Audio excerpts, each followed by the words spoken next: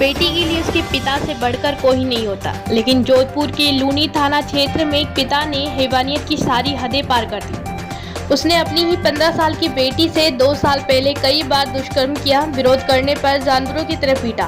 परेशान होकर दादा ने पोती को गांव के पास ही किराए का मकान दिलाया तो वहां पड़ोस में रहने वाले एक युवक ने उसे दरिंदगी की। आरोपी ने 28 दिन तक बंधक बनाया और नशे की गोलियां देकर रोज दुष्कर्म करता रहा। थक हार कर पीड़िता घर लौटती तो पिता गुस्सा हो गया। 4 दिन पहले आरोपी ने बेटी को बुरी तरह पीटा। गुस्सा शांत नहीं हुआ तो उसने अपने दांतों से बेटी की नाक ही चबा दी। गंभीर अवस्था में पीड़िता को MGH अस्पताल में भर्ती करवाया गया, जहां उसकी नाक की सर्जरी करनी पड़ी। वहां NGO ने उससे संपर्क किया तो मामले का खुलासा हुआ। पीड़िता की रिपोर्ट पर पुलिस ने मामला दर्ज कर आरोपी पिता को गिरफ्तार कर लिया। बुधवार को कोर्ट में पेश कर उसे 2 दिन की रिमांड पर भेज दिया गया। हैवानियत की कहानी पीड़िता की जुबानी। मैं जब 3 साल की थी, पिता ने मां पर चरित्रहीन होने का आरोप लगाया। वे रोज मां से मारपीट करते।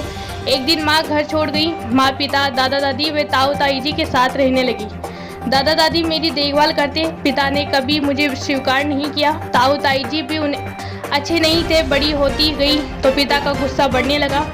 वे आए दिन मुझे जानवरों की तरह पीटते। 2 साल पहले जब मैं 13 साल की थी तब पिता ने मुझे अकेला पाकर गंदा काम किया। किसी को नहीं बताने की धमकी दी। डर के मारे मैंने किसी को नहीं बताया। इसके बाद भी पिता ने कई बार दुष्कर्म किया। उनके रवैये से दुखी होकर दादा ने मुझे पढ़ने के लिए गांव के पास ही किराए का कमरा दिला दिया। दादा ही मुझसे मिलने आते थे। वहाँ पड़ोस में ही रहने वाला एक युवक मुझ पर नजर रखने लगा। उसे मेरे बड़े पिता ने 50,000 रुपये देकर ऐसा करने के लिए कहा था। एक दिन उसने दुष्कर्म कर जान से मारने की धमकी दी। 28 दिन तक मुझे नशे की गोलियां देकर रोज दुष्कर्म करता है। इसके बाद दादा मिलने पहुंचे तो मैं रोने लगी, लेकिन उनसे कुछ नहीं कह सकी। इस पर दादा मुझे वापस घर ले आए। यहाँ मैंने दादी को सब कुछ बताया, लेकिन कुछ नहीं हुआ। मेरे घर लौटने से पिता, ताऊजी, ताईजी गुस्सा हो गए। 4 दिन पहले पिता मुझे खूब पीटा। इस पर भी उनका गुस्सा शांत नहीं हुआ तो उन्होंने अपने मुंह से मेरी नाक काट ली। मुझे अस्पताल में भर्ती कराना पड़ा, सर्जरी भी करनी पड़ी। यहाँ पिता व समाज के डर से मैंने पुलिस को मारपीट होना ही बताया, लेकिन जब मेरी भावनाएं सेवा संस्था के अध्यक्ष पवन मिश्रा मुझसे मिलने आए तो मेरी सर्व का बांध टूट गया और मैंने उन्हें पिता व युवक की दरिंदगी के बारे में सब कुछ बता दिया। अब मैं अपने घर नहीं जाना चाहती।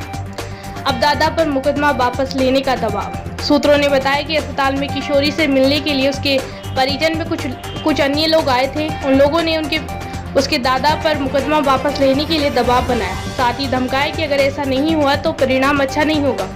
उन्होंने किशोरी को भी मुंह बंद रखने की बात कही। हालांकि पुलिस ने पिता को गिरफ्तार कर लिया है और शुक्रवार को पीड़िता के बयान लिए जाएंगे।